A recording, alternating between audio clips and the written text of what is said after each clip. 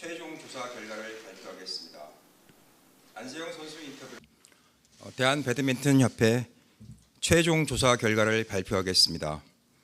안세영 선수 인터뷰를 계기로 8월 12일 문체부는 조사단을 꾸렸고 국가대표 지원, 불합리한 제도 개선, 보조사업 수행 내역, 협회 운영 실태, 협회 내 직장 괴롭힘 등 5가지 분야를 조사하였습니다. 주요 조사 결과를 발표하겠습니다. 지난 9월 10일 중간 브리핑에서 발표한 사항은 조치 결과를 중심으로 해서 말씀드리겠습니다. 배드민턴 국가대표 선수단의 의견을 최대한 반영하여 낡은 관행을 혁신하고 국가대표 지원을 대폭 확대하겠습니다. 첫째, 선수의 부상관리 체계를 대폭 개선하겠습니다. 먼저 부상 진단부터 재활 치료까지 선수 개개인의 선택권을 보장하겠습니다. 현재는 명확한 규정 없이 그때그때 결정되고 있었습니다. 앞으로는 선수가 원하는 의료기관에서 부상 관리를 하게 됩니다. 선수촌 생활과 관련된 부조리한 문화를 개선하겠습니다. 배드민턴 국가대표 선수들의 공휴일과 주말 내 외박 외출이 극히 제한되어 있었습니다. 훈련이 없는데도 나가지 못하게 하는 것은 인권의 문제입니다. 앞으로는 원칙적으로 외출 외박을 허용하고 국제대회에 임박하거나 전염병 등 특별한 사유가 있을 경우에만 제한할 수 있도록 개선하겠습니다. 청소, 빨래, 외출 시 보고 등 부조리를 없애겠습니다.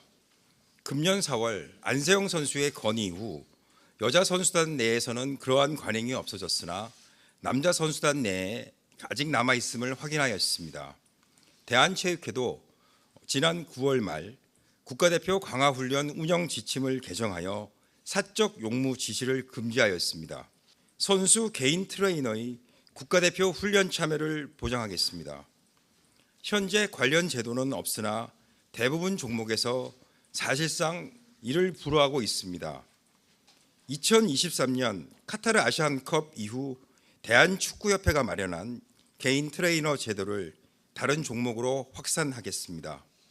배드민턴 국가대표 선수들이 국제대회를 마치고 귀국했을 때 곧바로 선수촌에 입촌하지 않고 일정 기간 휴식을 보장하겠습니다.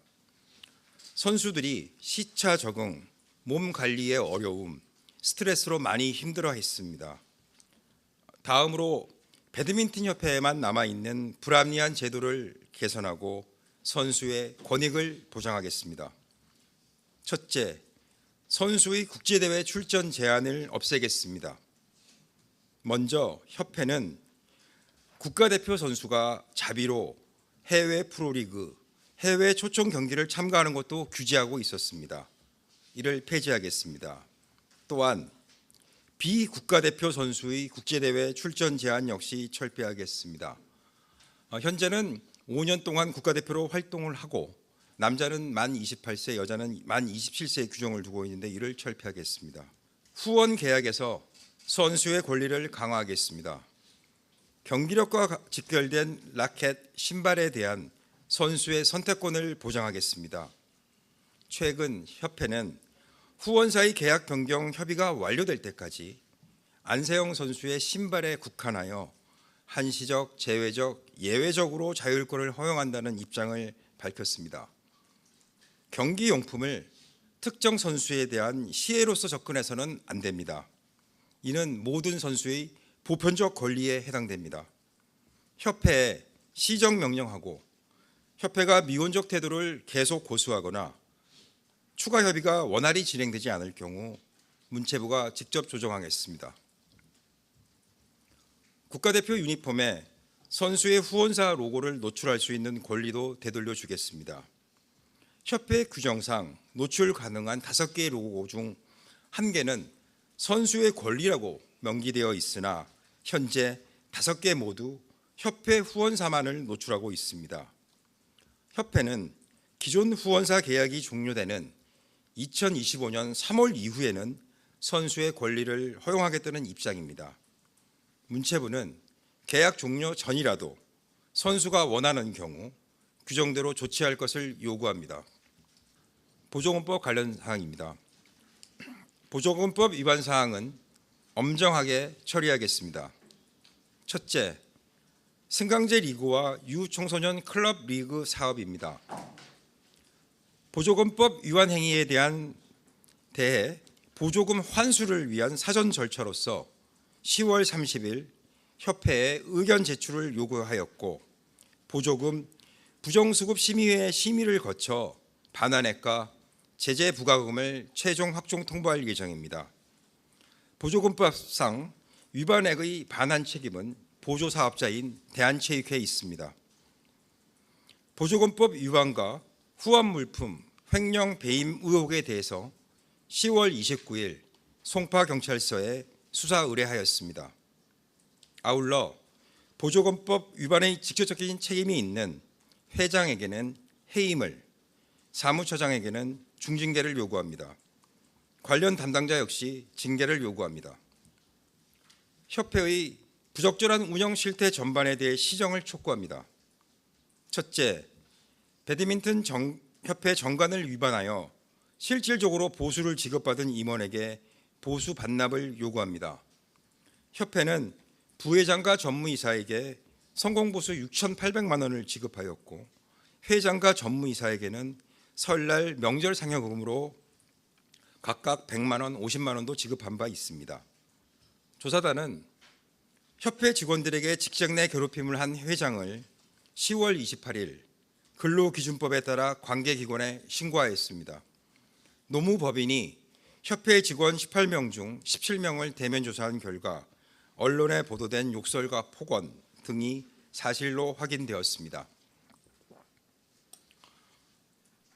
이번에 발표된 국가대표 지원 강화, 불합리한 제도 개선은 우리 국민 누가 보더라도 당연한 사항인데 이제야 개선하겠다고 하는 것이 선수들에게 미안합니다.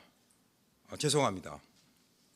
다른 종목 선수들도 문제가 있다면 언제든지 이야기해 주시기 바랍니다. 꼭 살펴보고 개선하겠습니다. 배드민턴 협회는 이번이 스스로의 잘못을 바로잡을 수 있는 마지막 기회라고 생각합니다. 이번에도 고치지 않는다면 자정 능력이 없는 것으로 판단하고 협회 모든 임원을 해임하는 관리단체 지정, 선수 지원에 다른 예산의 지원을 전면 중단하는 특단의 조치가 뒤따를 것입니다. 문체부는 이번 조사가 배드민턴 협회만의 쇄신에 그치지 않고 스포츠 전반에 공정과 상식의 가치가 정착되는 계기로 만들겠습니다. 감사합니다.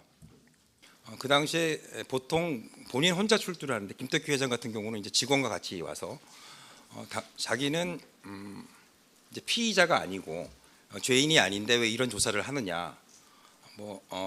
자기는 이제 그 문체부 담당 국장과의 면담인 줄 알고 왔다.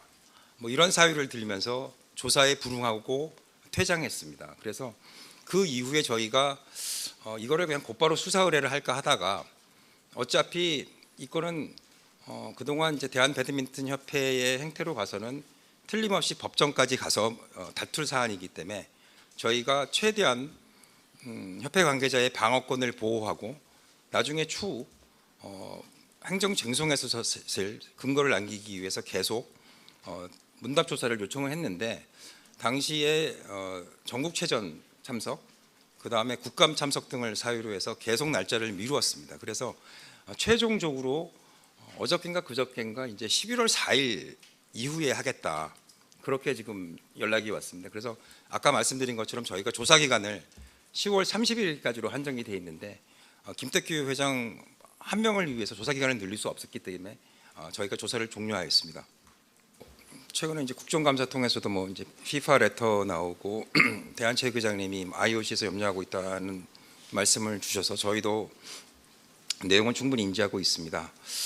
하지만 저희는 사실 지금 발표하고 하는 것이 저희가 정부에서 제공했던 예산에 대해서 그것이 정말 투명하게 집행이 되었는지, 그 다음에 저희 규정도 있지만 대한체육회 정관이랑 배드민턴협회 정관에 맞춰 자체 규정을 자기들이 공정하게 준수했는지 여부에 대해서 저희가 의견을 주고 있는 것입니다.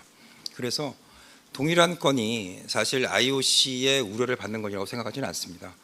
사실 IOC의 규제를 받은 경우 같은 경우는 최근에 러시아나 벨라루스가 이제 우크라이나 전쟁했던 경우나 아니면 예전에 남아프리카 공화국이 아파르테헤이트를 했을 때처럼 사실 전 세계적인 측면에서 문제가 됐던 사항이지만 실제 저희도 사실 행정권을 행사하면서 항상 이것이 남용이 되지 않느냐에 대해서 저희도 자문하면서 하고 있습니다.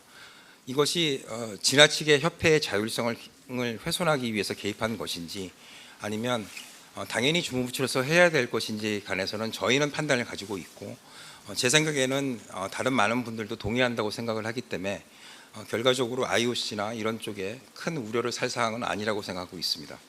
원칙적으로 매출 매박을 허용하고